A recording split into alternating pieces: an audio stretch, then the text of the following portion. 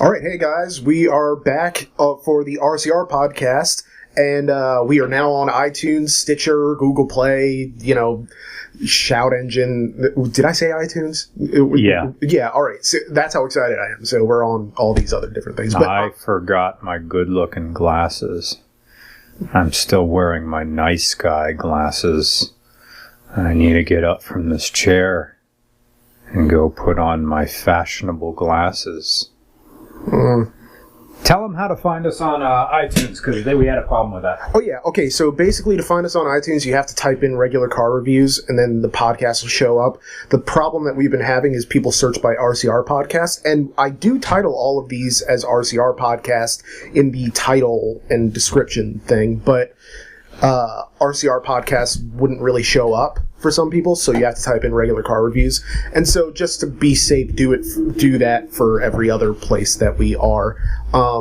We're not on Spotify yet, but I'm working on it, and it's good times. It'll be nice to sort of have the sort of instant feedback, I guess, of people who are able to comment on the various outlets that we're on now, in addition to YouTube, so that's always nice. But anyway, I'm Nick. I'm looking disheveled because I'm Brian. Like, every time I look at myself in this video feed, see, you actually had to put on your going outside pants. Yes. And I'm wearing dress pants, slippers, cheap socks, and these long sleeve 90s t-shirts that just make me look like I'm unemployed. Technically, self-employed. Is my fly down? No. Not with Maybe that if I attitude. pull my sleeves up, I'll look a little nicer. Yeah. So, tomorrow is Thursday, but that's when you're listening to this. Because Yeah. goes up the day Today, after. you're listening to this on Thursday, but today it's Wednesday for us. Yeah. So tomorrow, or when you're listening to this, my Bring a Trailer auction for Wendy, my white 1988 Toyota MR2 AW11 Mark 1B, goes live. It's going to go up for 7 days, and it's going to end the following Thursday. I'd like to live stream the ending of it, like the Smoking Tire did. Yeah. Because with Bring a Trailer auctions, excuse me, there's stuff in my teeth. With Bring a Trailer auctions, there's stuff in my teeth. With Bring a Trailer auctions, you can't snipe the auctions. So if it gets down to, the last second and someone bids, you get another 5 minutes or something. Yeah. It keeps bumping it up. So someone has to really want it. So that was it's an amazing podcast that the Smoking Tire did when Matt Farah sold his DeLorean, because it kept going up. He's like, oh, Jesus Christ. Oh, Jesus Christ, it's going up again. Are we going to make it to, I forget the number. It may have been 40 grand, or maybe it was 60 grand or something like that. Damn. But my MR2 is going up no reserve. So no matter what, in 7 days, that thing is getting sold for a price. And my nose is running. What on earth can I wipe it on? Would you have a whole bunch of... Yeah, I wrap them because they give this to you at my local cafe. They give it to you piping hot, so that this insulated cup really isn't enough to shield your hand from the scalding hot nonsense of it all. You would think that being a grown-ass man, I would be able to take on a little heat, but apparently not, so... But the thing about it is that you can't really... they told you they couldn't end it on a weekend. Right, because there's no one in the office. What's very nice about Bring a Trailer is you get a guy to help you with this. And they write the ad for you. You don't. You answer questions, you fill out a form. The form itself is 4 pages online. And they will construct a narrative from that. It's not all that different. Sorry. It's not all that different from the way, we would do RCR or write any article. You're giving them notes, and they write the sentences. So one of the things I had to correct was when they sent me a draft of the ad, they said, comes with NK wheels, original OEM wheels are not provided, and I'm like, but these are the original wheels because those wheels came on that car. Yeah. Who knows what wheels were on it when it got off the boat, but before it left customs, it had those NKs on it. It showed up at the dealership with it on, and there's a line item for alloy wheels on the window sticker. So those are the wheels that are supposed to be on that VIN number. So, and yes, to everybody who said, did you find another center cap? Yes, I did. It's an NK center cap off an NK 82 or 92. I forget which wheel it is, but they all match. So that's good. So you can stop sending me DMs on Twitter like, I found one on eBay. Thanks, I replaced it. Or I found one and it just snapped right in there. So I'm going to be nervous on, I have a figure in my head that I would like to sell it for. Yeah. It is less than 10 grand. If that thing gets $10,000, I'll be flabbergasted. Yeah. Maybe it, see, that's the thing that'll make me freak out. If my MR2 is worth $10,000. It probably isn't, but does my name carry it? I don't know. It is one of the nicer NAs. See, it's not supercharged. I think without resorting to Google, I think the record holder for an AW11 on Bring a Trailer is something like $15,000. That was a 89 supercharged red, all original, 15,000 miles on it. Ooh. So okay, that's a lot for an MR2. Could mine get to 10? I don't know. There have been other. What was the highest NA that was on there? Maybe the highest NA was something like 9, maybe. Mm-hmm. Who knows? The points against mine are the spider crack in the rear tail light on the inside of the tail light lens, the plastic cover. And, it's a Pennsylvania car, so there is some rust. It's not a California car. Yeah. Even though it lived inside its whole life, we live in a moist climate. Yeah. Stuff's gonna rust. But it is very minimal, and I provided pictures. I took it to Moyer's. They put it up on the lift. I got pictures all below the car and everything, so I'm upfront about every defect about it. Very nice. But what people will be getting would be an MR2. You just turn the key and drive it. There is nothing to fix. I spent a year fixing the niggles. I wonder if that's a racist term, niggles. Niggles? Yeah, because it's close to another word. Yeah, an unfortunate word. But I mean, I don't think you'll get any grief over it. But it's been a while since I heard that word. The little niggles about the car. I hear people from the UK say that word, but they can say cunt all they want, and we can't. And there's a lot of things that we can't really get away with that you can get away with in the UK. I mean, if you just watch their TV, there's far fewer, now they have Ofcom, we have the FCC or whatever, but it's less, or it feels like less of a thing because they have designated watershed time periods where after 10 p.m., like, it's all fair game. It doesn't matter if it's like before 10 p.m. on NBC or after 10 p.m. Like, you're not saying shit on NBC. Like, it's one of those things where, I don't know. American TV, like, we love clutching our pearls. Yeah. Oh, that's a good line. Yeah. Remember when we were watching at Tom's house, we were watching that show about first dates? Yeah, which is funny because the NBC did an American version of it and it wasn't as good. But, it was literally just First Dates on Channel 4. I think it was called First Dates. And it was incredibly awkward. And they also had, they had same-sex stuff. Did that fly in the American version? Did they do that? Oh, they did it. Oh, but I mean, it's one of those. I mean, I only saw like one episode of the American version because I became somewhat addicted to the British version. Because as with most British things, and you'll notice this in anybody who watches like a Gordon Ramsay show from the UK versus a Gordon Ramsay show here, it's less intrusive editing. It's. In the Kitchen Nightmares in the UK, Gordon Ramsay really doesn't have to raise his voice at all. And there's none of that, persistent music of Yeah.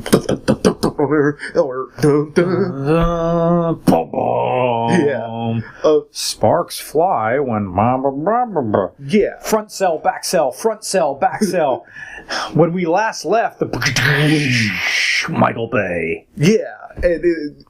There's no creation of this artificial drama through music, you know? No. It's just... Sometimes there isn't even really that much drama. It's more about just the interest of seeing whether or not this restaurant can get back on its feet or not. Yeah.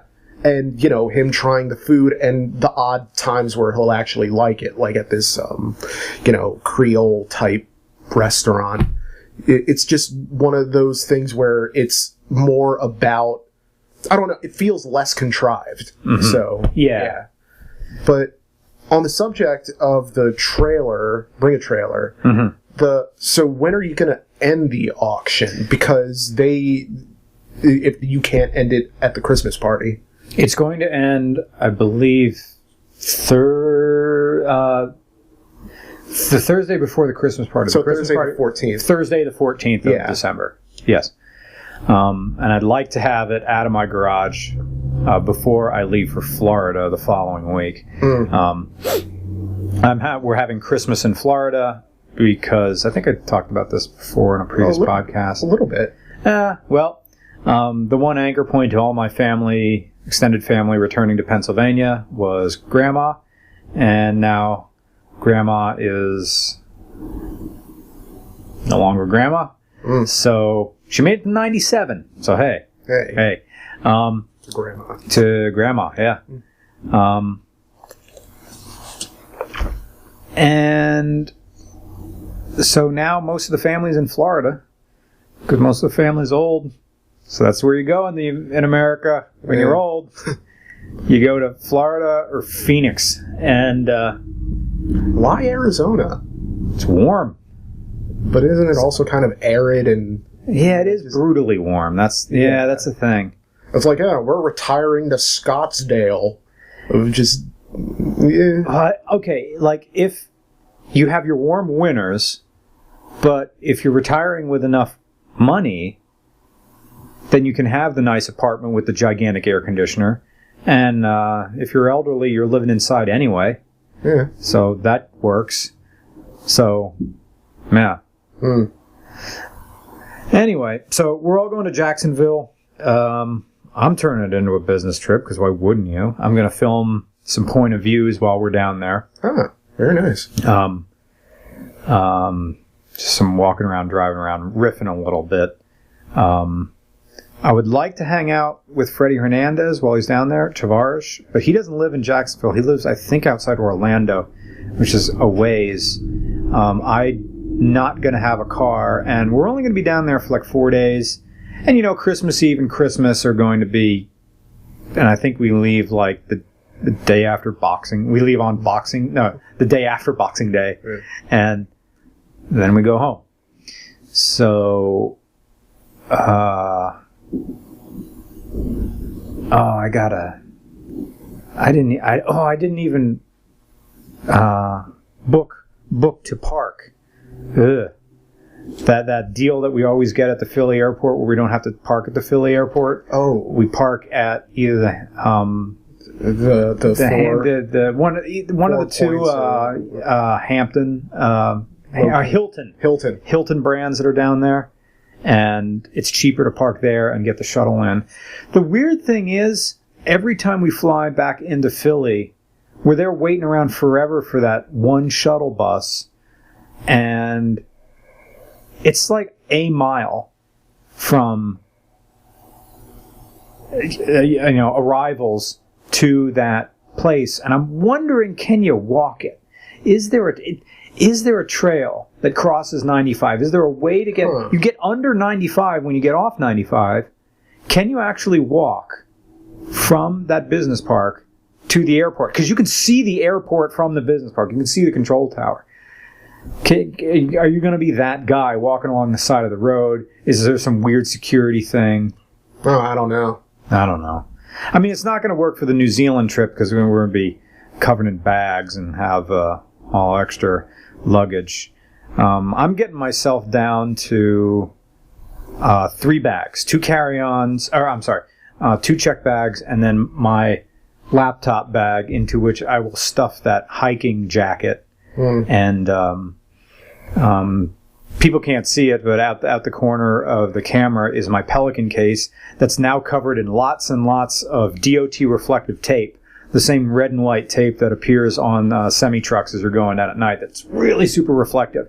So when that black case pops out, that one's mine. And I think I'm going to do the exact same thing to my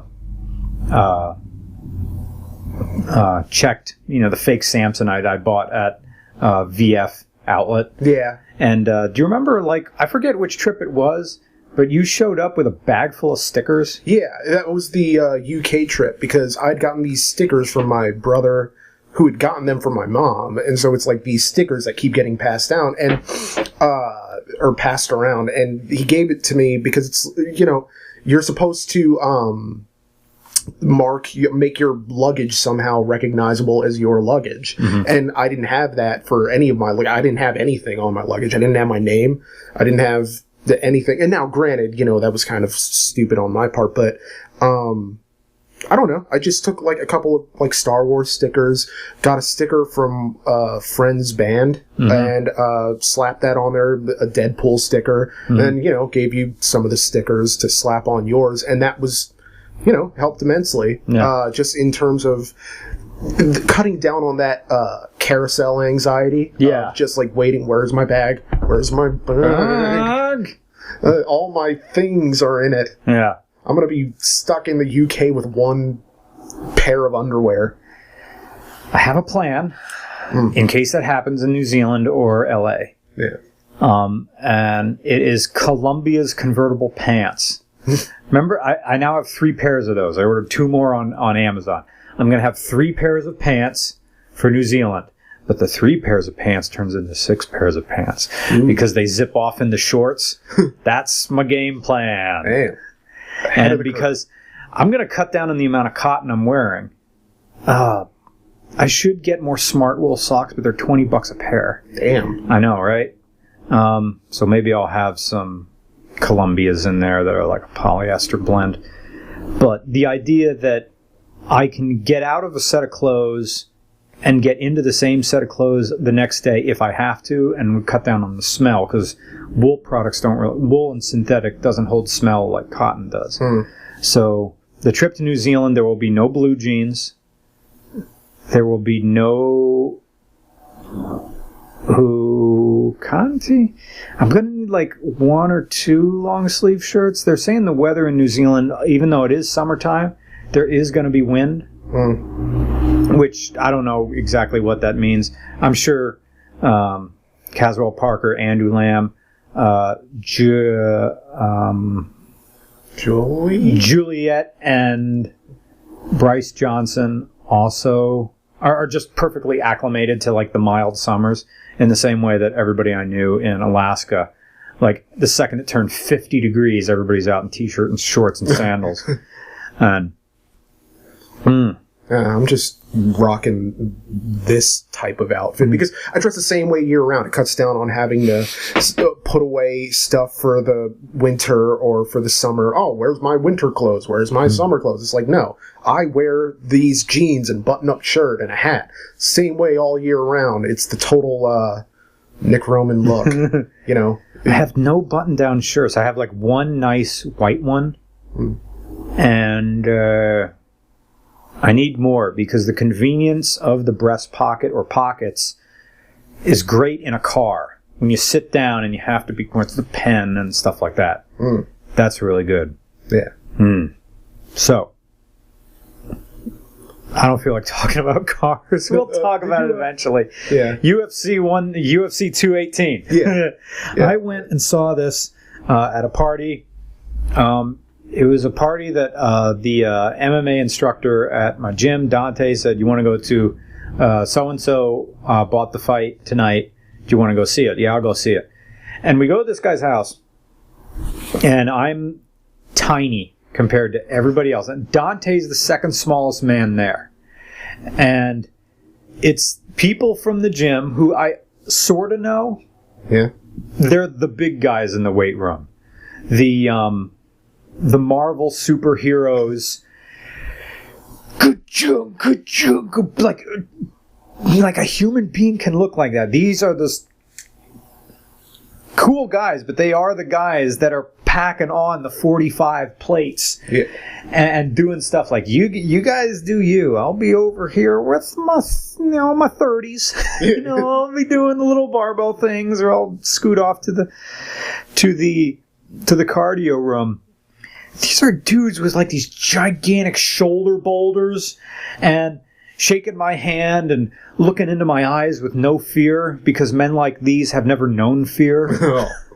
There it is. This must be an inkling what it feels like to be a girl at a party. Knowing that every single male in here can pick you up and have his way should he want. Yeah. And it's terrifying.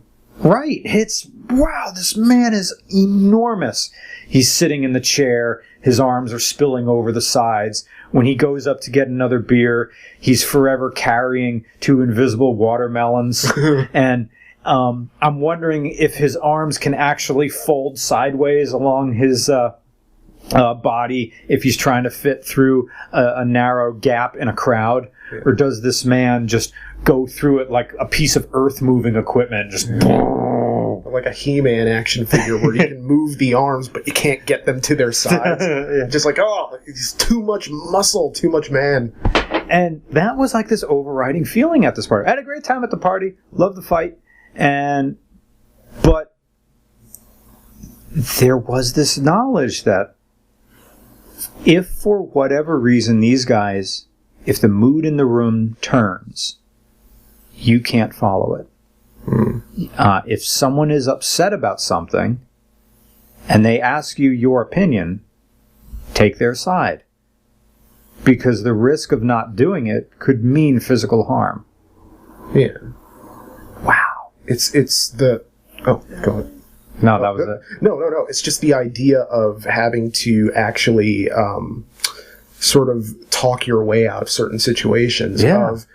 Talking your way just sort of means like nodding and going along with it. Oh man, great stuff, whatever. Yeah. And you're just sort of nodding your head along with it because, you don't know what's going to set somebody off, right, or what innocuous thing is going to cause someone to go aggro. And so it's really, I can't imagine how nerve-wracking it is, especially when you got like people who are the size of, a small car just walking around. These are the biggest guys at the gym at this party. Yeah. And the ones always working out in the tank tops, and the tank tops in stock form are not cut down enough, so they cut it down so it's just almost strings coming down over the shoulders. Huge traps, lats, forearms, tiny legs. And that's the one thing I noticed. Like, I probably could outrun everybody in here. Because they're all well above 200. I'm 170.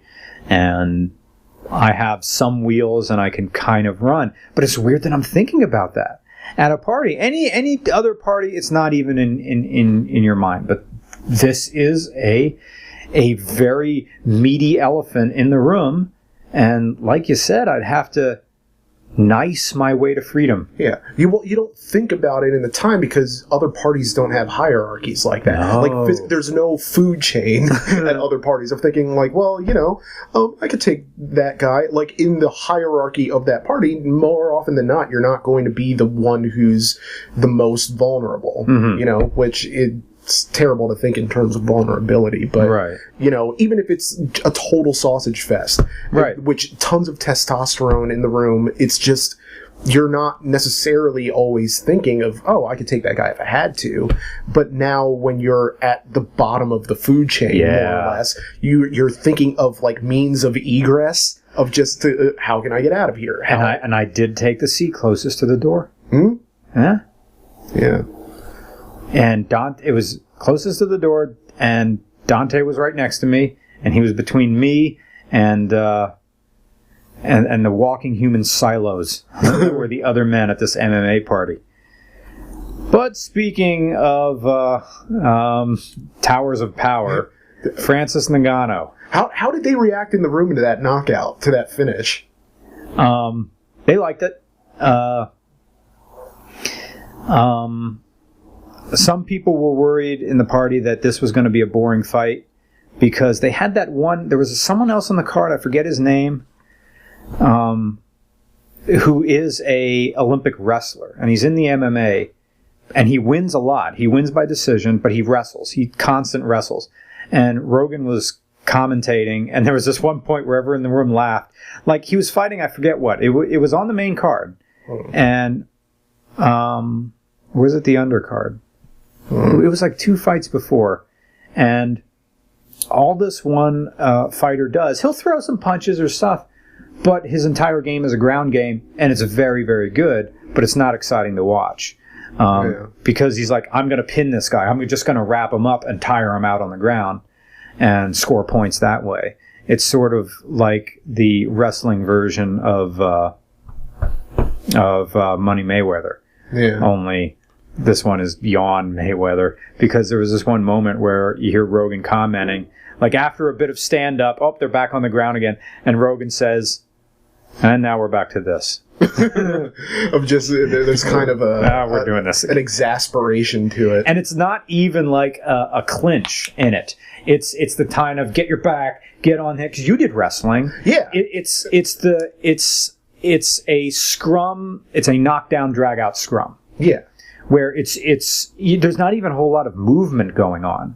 I mean, it's hard enough when it's just grapples. And there's a local MMA show around here called Submission Arena that they do grapples only MMA. But when you think about how hard it is to just maintain, to sort of like muscle someone to the ground and into a position where you need to get them, with MMA, then you're out throwing in strikes. Yeah. And the idea that, like, if for whatever reason they slip free, while you're trying to regain your balance, there could be like a spinning back fist or kind of an elbow here and there, whatever.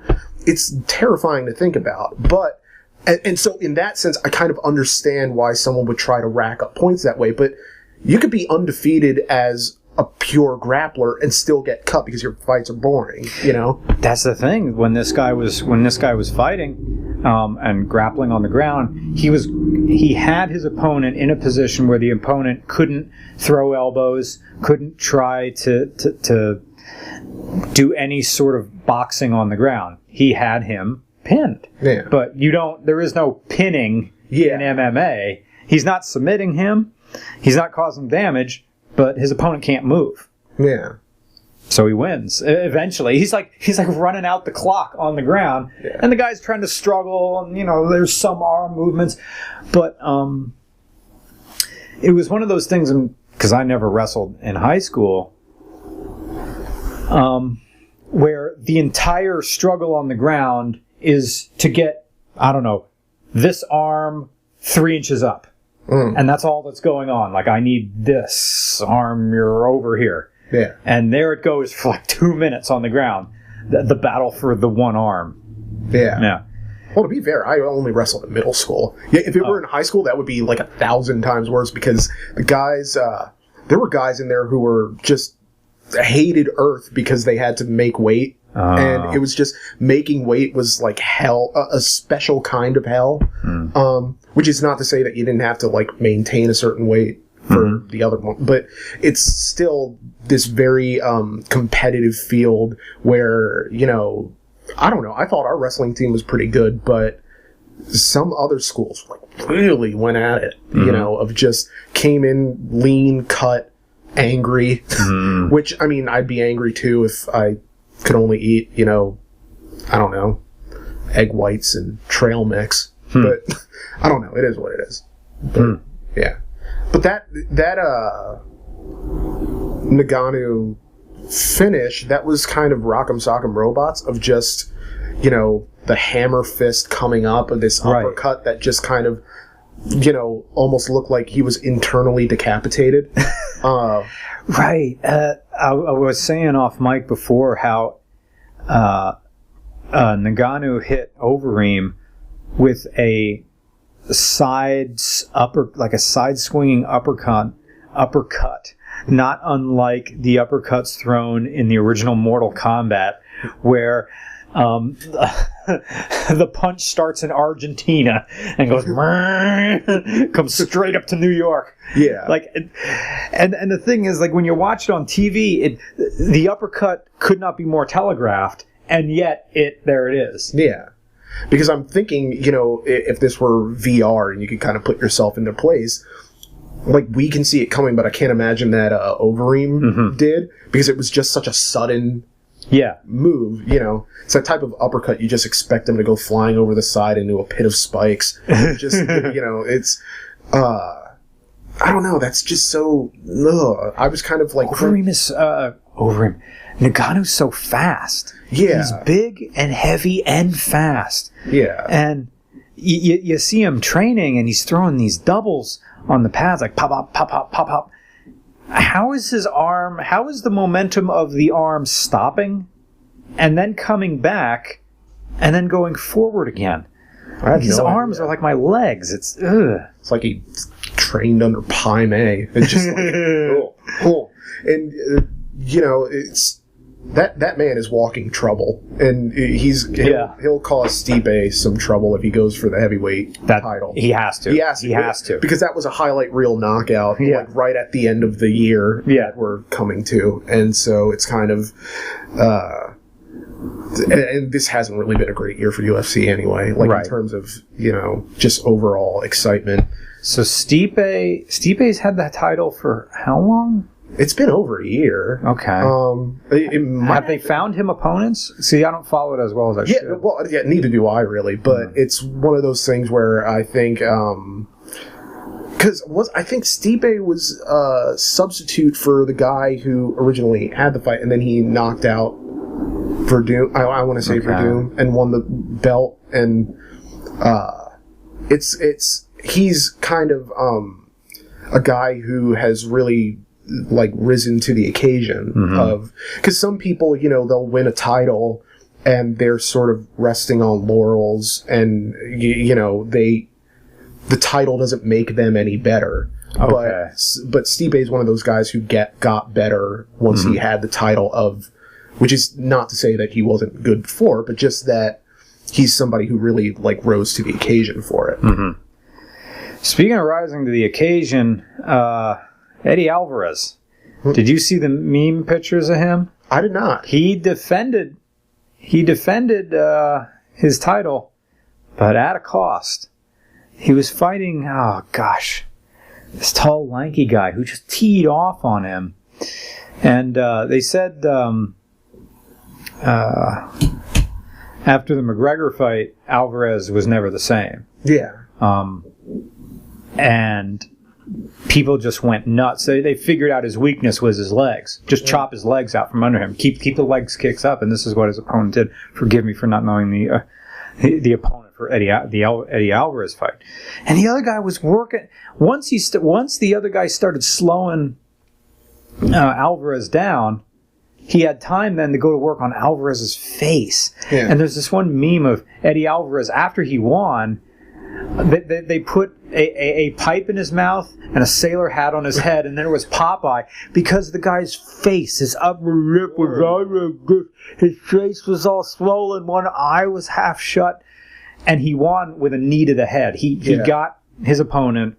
Forgive me for not knowing his name. It was Justin Gaethje. That was who it was? Yeah, I think that's how you say it. It's, grabs Gaethje by the head, pulls him down, knee to the face, lights out. Damn. And then he wins. And then everybody at the party was saying, he could have done that round one. Why didn't he work the knee or anything like that? And maybe he didn't for strategy reasons, but I doubt that, because he was just so worked over by the end. And I was like, oh, poor Eddie, you won. And Eddie's from Philly, so he's a Pennsylvania man. But wow, you won. I'm thinking you should go out on this, man. You walked away from this fight, but there's no way you weren't dazed walking out of that octagon. Yeah, that's because I saw the clips on Reddit where they post the finishes of most of the fights, and I mean, Alvarez. That's one of those. It's kind of a war of attrition of whoever can last longer, But and he won, but he kind of looked like a Street Fighter game over screen. Just like, and he's that's a good line. He won, but he looked like a Street Fighter game over screen. He's and I think you're right about kind of the Connor loss, sort of. And this is one of those things where, and I know that like a lot of people don't really care for Connor's style, but like when you go back and look at the way he dismantles guys, like there are so many people who think like when he knocked out Aldo that it was a lucky shot. It's like, no, he read all of those movements, and even though he got clocked with a shot himself while Aldo was sort of like going down, he kind of like baited him to get the opening, sort of testing, and he did the same thing with Alvarez of kind of just sort of leg like checks. And just sort of getting him to... He was controlling the movement. So it really... I think, it shows that you can dismantle a person if you sort of figure out what their weaknesses, what their traps are. It's a good way to put it. Yeah. And so these are the ways that... I mean, Alvarez, he did win, so that's good. But I wonder if he might take the wrong lesson from this. And stay in it. And not only stay in it, but kind of, I want the Connor again, blah, blah, blah, blah, blah. No. Which, it's not going to be, they're not getting the rematch because Connor has other guys on his plate after he gets past whatever penance he has to do for jumping into that cage in Bellator and like. Yeah. And it's just, and it's funny because Dana White says that they're operating under the assumption that Connor's done. And I'm like, if that's the case, why don't you just strip the belt from him and get that division going again? Yeah. But, I mean, they wanted, if I remember correctly, like they wanted Connor and Ferguson for the December 30th show. But now that's out the window. But there's other stuff, even if it wasn't going to be Ferguson, you could have done the Nate trilogy. Yeah. Because that'll do stupid money. That would. And that's the thing of... I wonder if Nate Diaz even cares. Because, it's a lot of money, but at the end of the day, Nate Diaz has a lot of money himself. Right. Both the Diaz brothers do. Yeah. And Connor, that would be more of a... I don't know. It would do insane business,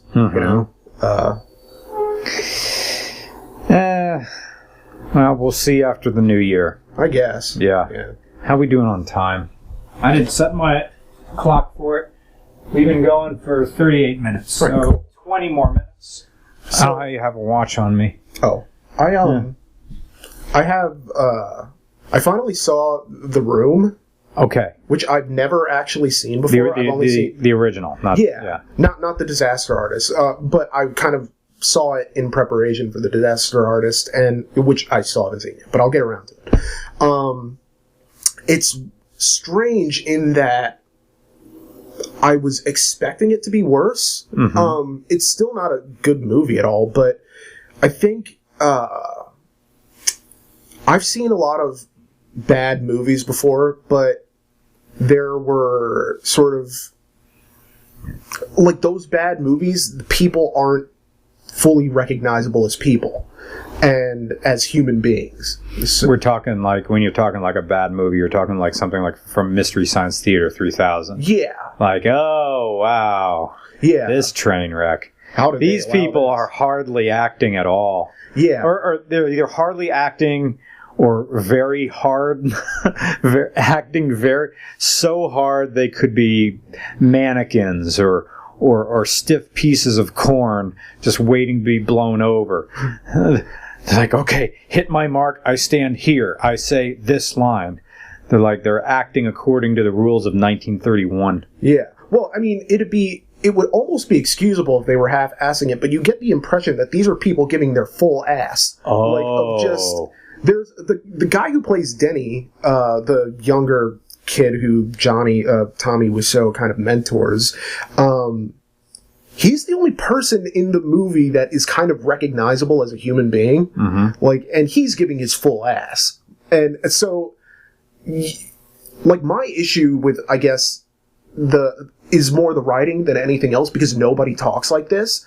You know, like when he has this How could you say something like that? Yeah. What? I never hit you, you're lying. Do you understand life? And, you know, or I'm so happy I have you as my best friend, and I love Lisa so much.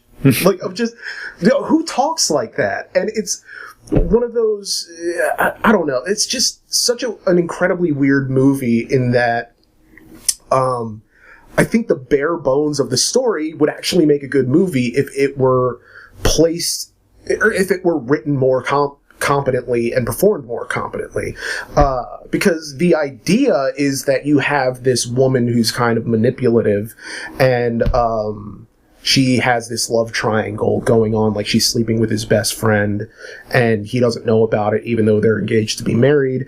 But it's more about sort of how she starts sort of arbitrarily making up, you know, lies about him, like saying, you know, he hit her, and it's just, so, like, the bare bones of that, I feel like there's something there.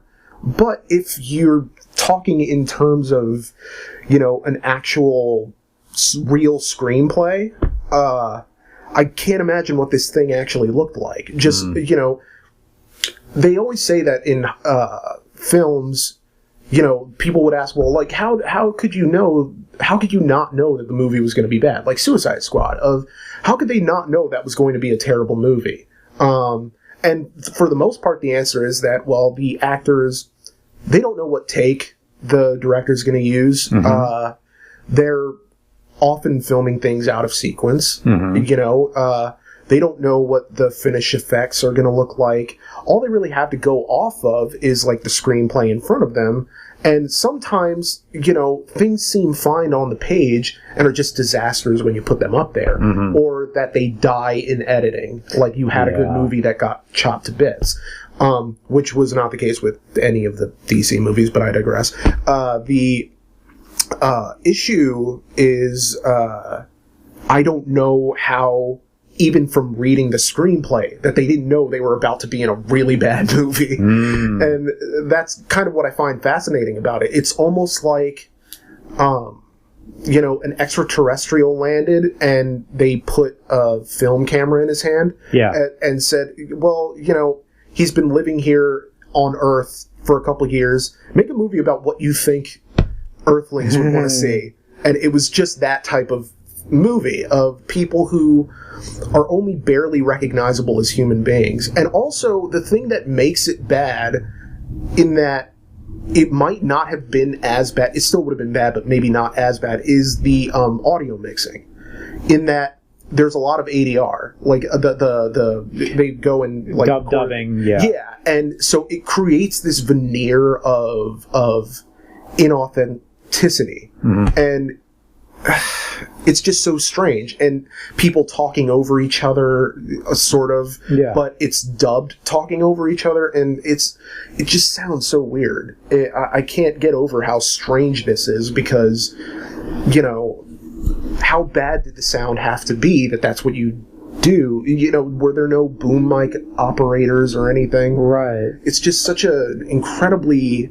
It really is like an extraterrestrial's interpretation of what, like, an Earth movie would be like. Right, and if you're shooting on a soundstage, if you're doing all this green screen stuff, you're in a controlled environment, and you can use the audio. You can use their voices that they said that day, because you don't have to worry about environments. Although, interesting, when it comes to ADR... do you remember the Fantastic Mr. Fox? That stop motion. Was it stop motion, or was that? It was. I think it was stop motion. Anyway, it was. The ADR of that was done outside.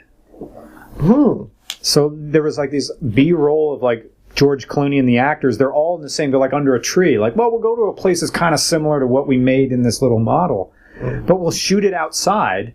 And just, we could have your mics right up here. We can get the audio just right. But you're gesturing like you're interacting with someone right in front. And yeah, there'll be some background noise, and we'll just mix it into everything else. And, it works. Yeah.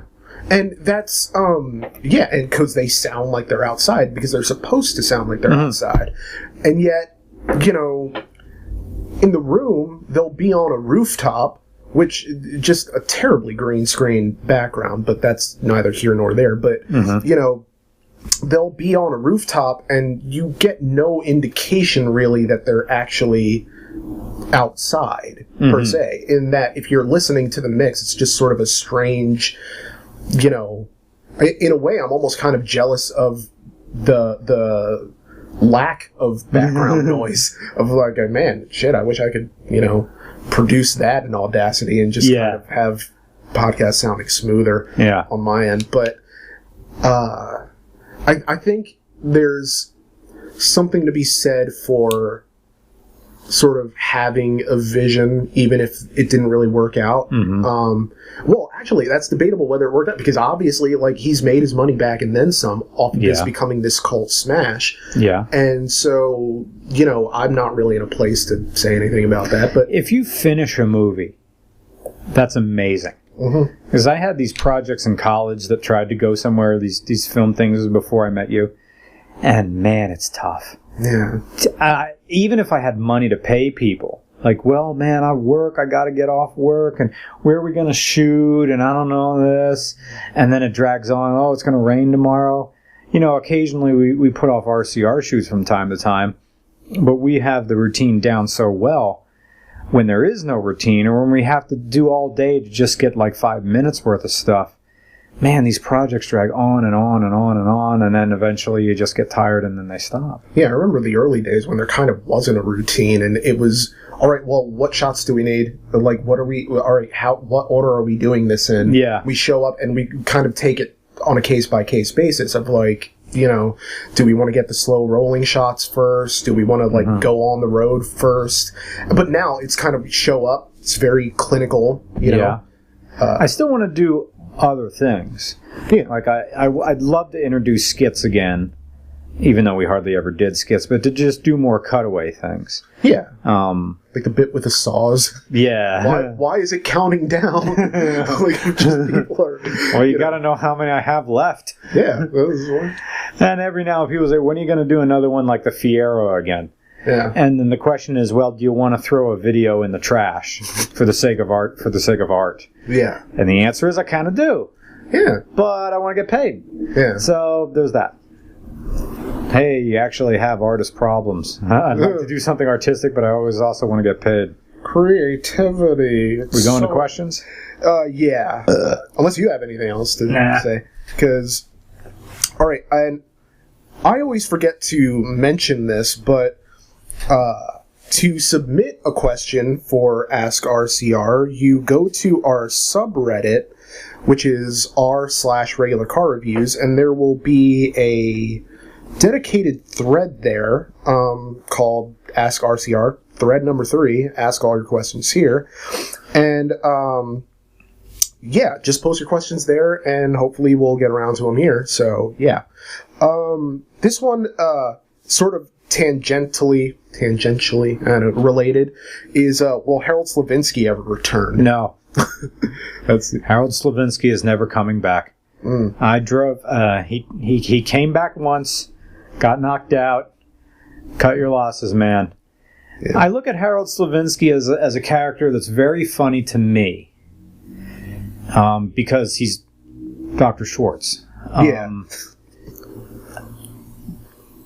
But the context is lost in translation, or lost in the video, or lost. It worked once, but just like me trying to do Hunter S. Thompson again, I did him again, but you can't make lightning strike twice as much as you try. Do you remember Good Morning Vietnam, where the one scene where the Robin Williams character was taken off the air, and they replaced it with the only antagonist the movie had, the sort of tight-lipped other DJ who just went in and did this very hacky, corny French guy routine, and everybody hated him, and sending him legit mail, because this is 1965 or something like this. Go suck many dicks and stuff like that. I hate you. And then they say, look, we just need the Robin Williams character back, and the antagonist character says, "But in my heart, I know I'm funny." It's like, you're not. Yeah. Like, in my heart, I know, like, I love the Harold Slovinski character, but few people do. Maybe like 5 other people do. And, hey, what are you going to do? I mean, it's one of those things where you could, like, maybe not do a full review, but, like, if you're at a car show, like, do the, business voice for just one car as part of the clip, that type of thing. Yeah, I could do that. But, it's... I like how he's so enthusiastic for the mundane.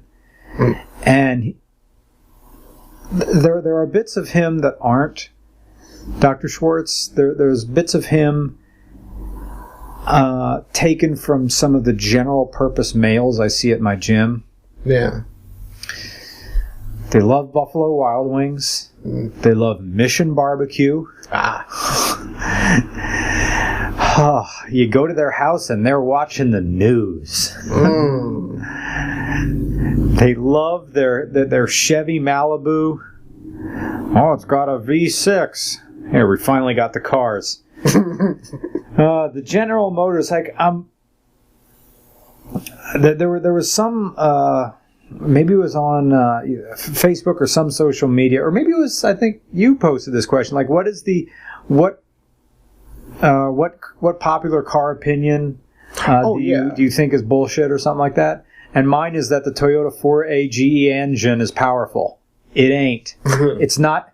It wasn't revolutionary. There's nothing too special about it, apart that it was a early double cam engine with 4 valves with fuel injection that revved higher than your average engine. That's all it does. It makes an okay sound. It doesn't have high horsepower potential. Yes, you can do things like put individual throttle bodies, and it revs very nice. I drove at my own car show a tuned AE86 with individual throttle bodies that just had no filters on them, just sucking straight air. It revved like crazy, and there was nothing there. It was wonderful, it was fun, but it wasn't fast. Oh, yeah, handling and everything. Look, I've driven a Lotus Elise that handles better than an AE86, goes faster, and it has a better Toyota engine. What am I talking about? Oh yeah, General Motors 60 degree V6 that's lasted forever. I think from the 80s, and they stopped making it when I guess the Ecotex came out in the 2010 or something like that. And all the Malaise cars that all these non-men drive, right through the N bodies of General Motors. I think it was the N bodies, and I think including maybe some of the J bodies as well, just had the 60 degree V6. The people like to advertise that it made a lot of power. All it really did is, and this is a Top Gear line, is exist in great numbers. It was okay to work on, I guess. There were lots of parts. It was just there. It was a series of V6s that either went from 2.1 to, I think, 3.4. I think when people say the GM 3.8 V6, they're really referring to the Buick V6, which is a different block and is also famous for being in the Grand National. Anyway. Were they overhead cam or not? I think they were. Yeah, I think they were. Okay. Whatever. Yeah, you kind of have. Yeah. Is what it is. Yeah. This one is, for me, and it's just really quick, is asking about my family in Puerto Rico, how they're doing. And my great aunt was sort of affected by the hurricane, like my immediate family down there. Well, her immediate family, sorry. And yeah, we're all related, whatever. Apparently she's fine. Like she, is your grandmother's sister your great aunt? I'm not sure, but do I have great aunts? I don't know. But she, it would be, yeah. Grandmother's sister, great aunt. You're right. Yeah. She moved in with her granddaughter, who is a bit more better set up for post-hurricane living. And that's kind of all we know. But I don't know. From what we last heard, like, they're mostly fine. Like, as fine as you can be in a sort of commonwealth with no real power or means of communication. Like, there were sat phones that were being passed around so that people could contact family on the mainland. But I donated some money to the cause, just, matter of principle. Just because that's really a tough thing happening down there. But this one, to bring up the mood a bit, is talking about how, because you've talked about the game before, but how Gran Turismo 1 sort of shaped you as a car person. Yeah, because I had it before I had my license. Yeah. And I was itching to drive. I had that, Grand Theft Auto 1, Road Rash. Oh, Road Rash. The motorcycle game. Yeah, that was great. What else? The second level of Parappa the Rapper. I was playing that game the year I got my license, and in the second level of Parappa the Rapper, you rap your way to your driver's license. Yeah. And I'm thinking, if only it's this easy. And it wasn't an easy level. So I'm getting anxious as I fail this, as I get all upset about my driver's test. Here it comes. You go, check and turn and signal to the left. Check and turn and signal to left. And what's funny is that my kind of personal nightmare is that toilet level of the idea of, like, you've really got the runs and now you got to wrap your way into gastrointestinal relief. It's just like, ribbit, me can't hold it. Last time I already sold it.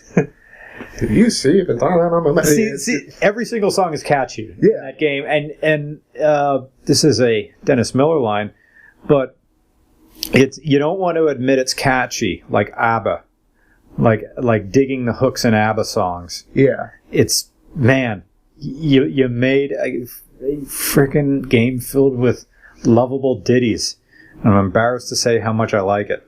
Yeah, I mean, I've learned everything I know about self-defense from a talking onion. Like, I would just love to know the thought process that goes into it of just, all right, we're going to have the karate master be an onion because you chop onions, and he can chop as well. Yeah, but he wouldn't chop himself. Don't worry about it. Very weird. It says, I guess, how did Gran Turismo 1 shape you as a car person, and how did it shape you as a person in general? It made me lust after the 4th gen Prelude, which we still haven't done. The second to last generation of the Prelude. That is a car, that was my first imaginary car. It's the first car I bought in Gran Turismo, an SI, the VTEC.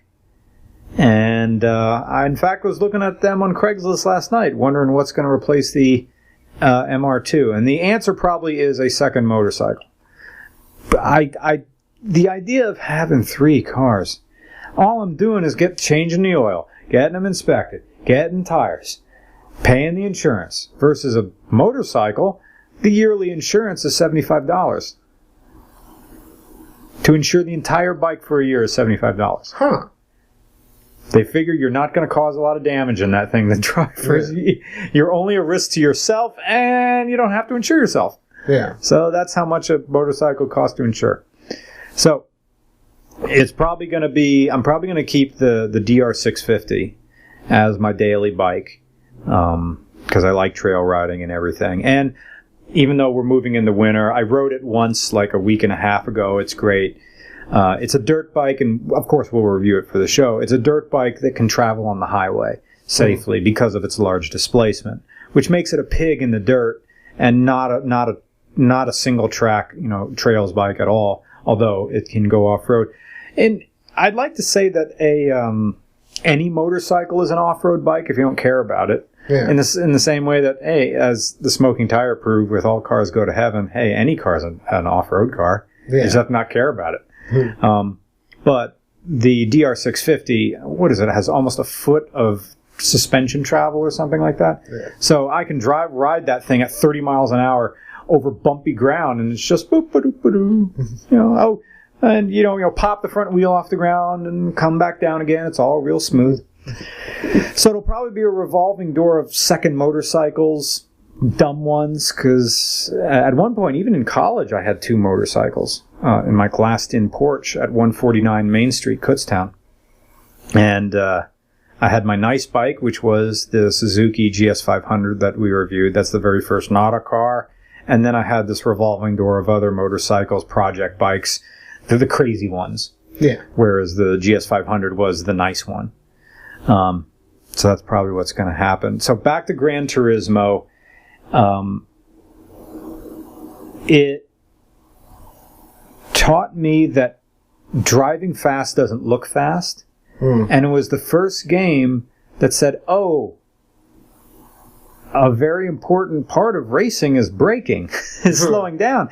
Because before Gran Turismo, for me, all the other racing games are pedal to the floor, there it stays. Yeah. And the better car, as you get better cars, they turn better.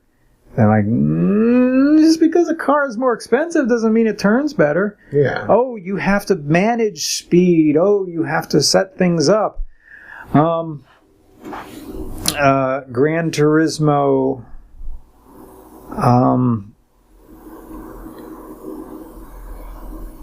made me understand saving money, because you had to in that game. It was also a game you had to grind a lot in order to advance to a different class. You had to get a different car, and if you didn't have the credits in the game, they didn't have money in the game, you just call it credits. Man. You'd have to race like the same dumb race and get first place every single time, and then you win like the same level 1 championship over and over, and they keep giving you this Mazda Demio as like your prize, and then you immediately sell that to get extra money, and then finally you buy the Viper, and then you progress into the rear wheel drive class. Yeah.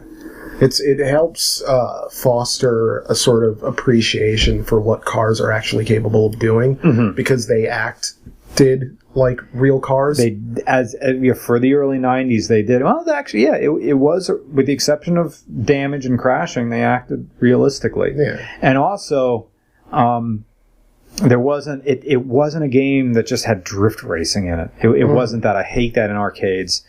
I mean, the Vagabond Falcon was in that. Well, that's a casual game. Thumb Drift. It was in that. But in Gran Turismo, you had to drive correctly, and correct fast driving doesn't look exciting.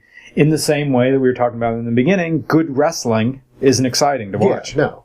It's like, you can appreciate it from a purist level, but that doesn't mean that it's riveting. There's a sort of bare bones appreciation for it. But yeah. And then last question is, do you have any opinions or predictions on Hyundai's Genesis marquee? Will it be the next Lexus, or will it end like Tiburon?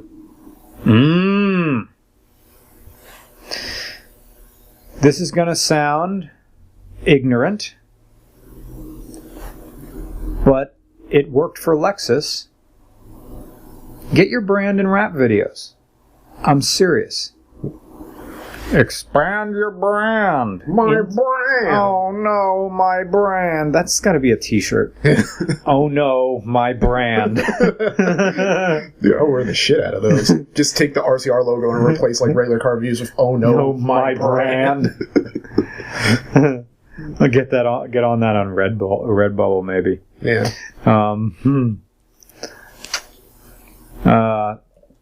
Buy some more RCR hats. They have plenty of them over there at Motoloot. Genesis, I'd like to drive one. They did a big reveal at the New York Auto Show when we were there. They had their own stage. I couldn't get close to it. It's a big car. They did well with the Genesis Coupe. The kids like it. It's a rear-wheel drive car with a manual transmission. You're already there. Yeah. Keep it reliable, it'll be good. Look what happened to the FRS. People like them. I think they have a better chance than the Tiburon did I hate it when we start talking about brands, but it does have a different badge on it. And it even worked going up. There's nothing wrong with going up market, as much as I hate it when Honda does it. It worked for Chrysler when they made the 300. That's kind of a so-so car, but it went up market and did well, and people still like them. Yeah. So they got a chance. They have a real chance. All right. Well, yeah, that's pretty much it for us. I gotta pee. Yeah, who among us doesn't? So it's thanks for hanging out. I'm Nick. I poop, and then I poop, and then I poop, and then I pee. People wonder if I sing songs while I poop. I do. That's the perk of living alone. Yeah. No, that's good. I made some song. It's disgusting. But I do. But the keyboard isn't in the bathroom anymore. I got to put that back in there. Taking hot dump out. So that was Nick. I'm Brian. I'm sorry, I'm closing this out. Oh God, no! And thank you for listening to the Regular Car Reviews podcast. Look us up everywhere. All right. Take care. Take Bye. care.